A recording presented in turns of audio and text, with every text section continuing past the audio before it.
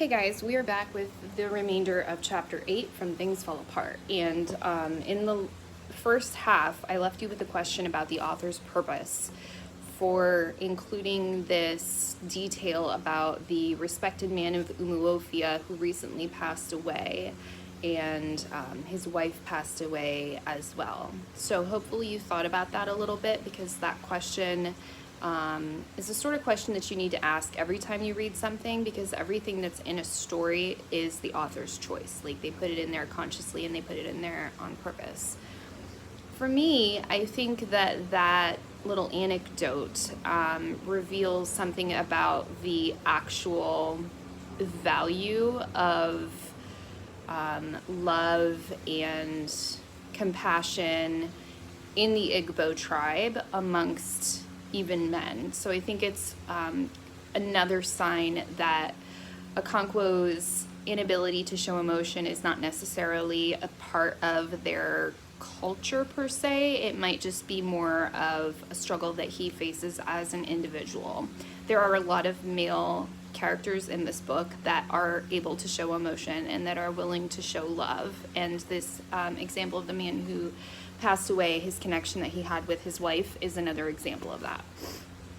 So we're about halfway through chapter 8, and I know on the PDF there's no page numbers, but we are starting at a break in chapter 8. Okonkwo was beginning to feel like his old self again. All that he required was something to occupy his mind. If he had killed Ikamafuna during the busy planting season or harvesting, it would have not been so bad. His mind would have been centered on his work. Okonkwo was not a man of thought, but of action. But in absence of work, talking was the next best. Soon after Afuedo left, Okonkwo took up his goatskin bag to go. "I must go home to tap my palm trees for the afternoon," he said. "Who taps your tall trees for you?" asked Obiaraka. "A Mazilika," replied Okonkwo. "Sometimes I wish I had not taken the Ozo title," said Obiaraka. "It wounds my heart to see these young men killing palm trees in the name of tapping." "It is so indeed," Okonkwo agreed, "but the law of the land must be obeyed." "I don't know how we got that law," said Obiaraka. "In many other clans, a man of title is not forbidden to climb the palm tree. Here we say he cannot climb the tall tree, but he can sap the short ones standing on the ground. It's like Dima Regana, who would not lend his knife for cutting up dog meat because the dog was taboo to him, but offered to use his teeth." "I think it's good that our clan holds the Ozo title in high esteem," said Okonkwo. "In those other clans that you speak of, Ozo is so low that every beggar takes it." "I was only speaking in jest," said Obiaraka. "In Abaime and Aninta, the title is worth less than 2 cowries. Every man wears the thread of title on his ankle and doesn't lose it even if he steals." "They have indeed soiled the name of Ozo," said Okonkwo as he rose to go. "It will not be very long now before my in-laws come," said Obiaraka. "I shall return very soon," said Okonkwo, looking at the position of the sun.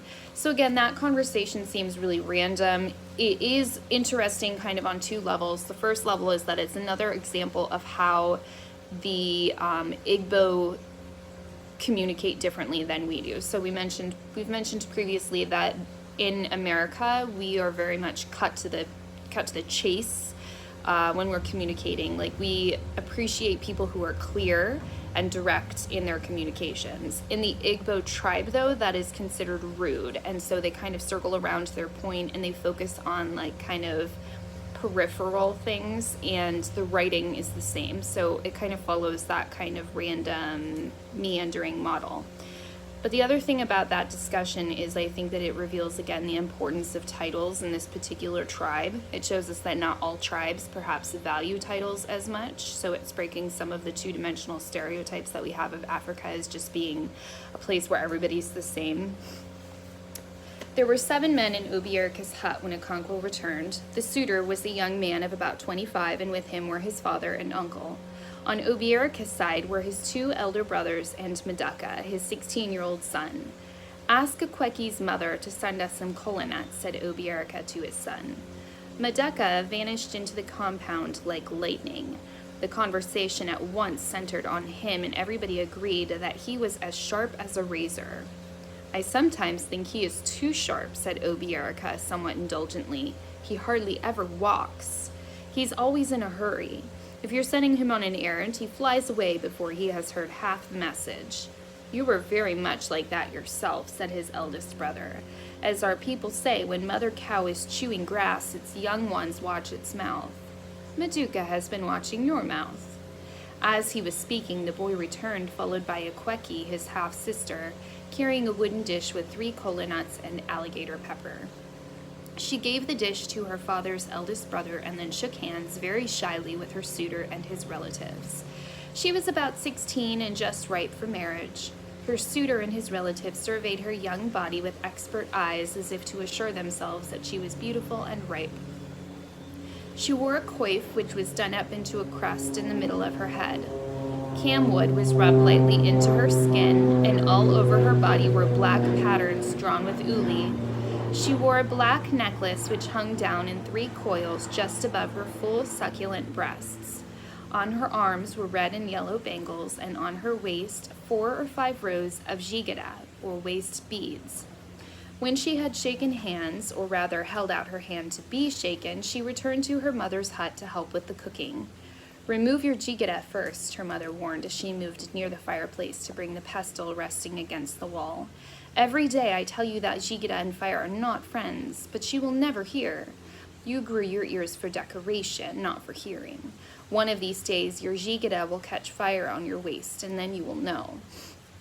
A jigara is like an instrumental thing that the women would wear around their waists. They were like beads. They're very pretty, if you want to Google what they look like. But they represent fertility, they represent love, and they represent compassion.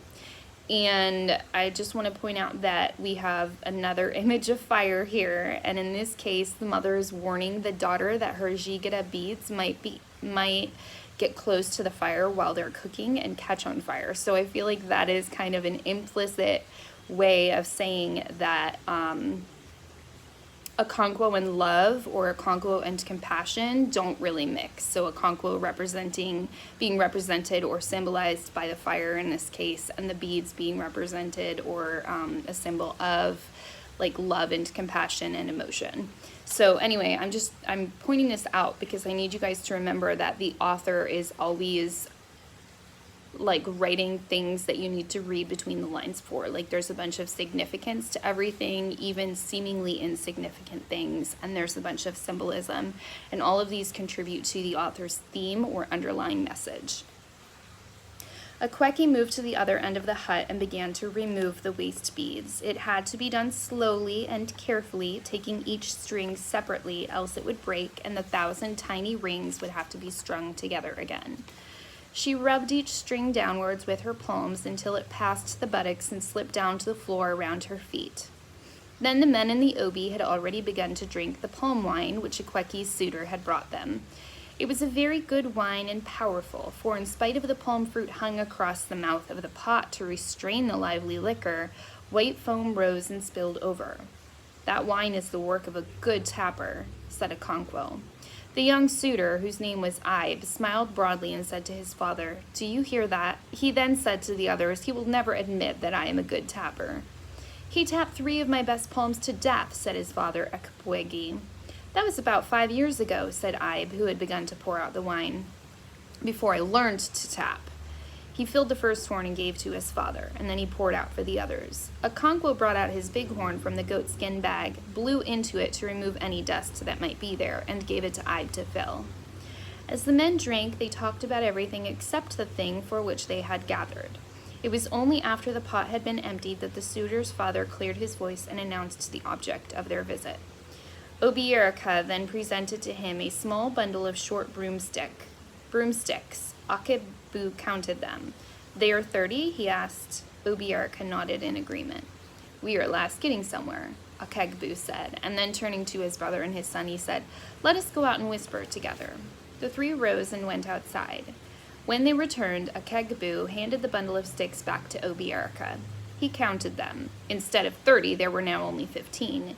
He passed them to his eldest brother, Maki, who also counted them and said, "We had not thought to go below 30. But as the dog said, if I fall down for you and you fall down for me, it's play. Marriage should be a play and not a fight, so we are falling down again. He then added 10 sticks to the 15 and gave the bundle to a Kegboo.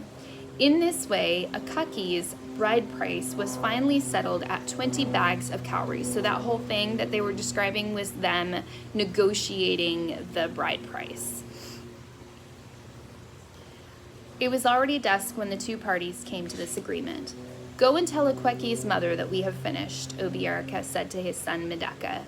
Almost immediately, the women came in with a big bowl of fufu. Obiaraka's second wife followed with a pot of soup, and Medaka brought in a pot of palm wine. As the men ate and drank palm wine, they talked about the customs of their neighbors. It was only this morning, said Obiaraka, that Akonko and I were talking about Abame and Anita, where titled men climb trees and pound fufu for their wives. All of their customs are upside down. They don't decide bread prices we do with sticks. They haggle and bargain as if they were buying a goat or a cow in the market. That is very bad, said Obiaraka's eldest brother. But what is good in one place is bad in another place. In Umonso, they don't bargain at all, not even with broomsticks. The suitor just goes on bringing bags of cowries until his in-laws tell him to stop. It's a bad custom because it always leads to quarrels. The world is large, said Okonkwo. I have even heard that in some tribes a man's children belong to his wife and her family. That cannot be, said Maki. You might as well say that the woman lies on top of the man when they're making the children. It's like the story of white men who, they say, are white like this piece of chalk, said Obiaraka. He held up a piece of chalk which every man kept in his obi and with which his guests drew lines on the floor before they ate kola nuts. And these white men, they say, have no toes. Okay, so hold on. This seems really strange. I think this is the first time we're really seeing mention of white men, and so this is definitely foreshadowing, like the colonists are coming soon. And my question for you is, I'm wondering what it means when they say these white men have no toes. I want you to think about that. That's definitely going to be a question that I post for you guys to discuss. What does that mean? Think about their perspective and how it's shaping the way they're seeing these white men's feet, okay? And have you never seen them? Asked Maki. Have you? Asked Obiaraka. One of them passes here frequently, said Maki. His name is Amadi. Those who knew Amadi laughed. He was a leper, and the polite name for leprosy was the white skin. So a leper is somebody who everybody else avoids because they're like sick. So I don't know if they're describing perhaps somebody who is albino, or maybe he has some sort of skin condition that makes his skin white, but they're kind of making fun of him, and they're saying none of them have really seen an actual white man at this point. Like, they're just cut off from the western part of the world, so they don't know what white men are actually like. They're kind of like mythical creatures to them. So they're making a joke at the end of this chapter about that. Okay, so that's chapter 8. I will talk to you guys soon about chapter 9. Bye.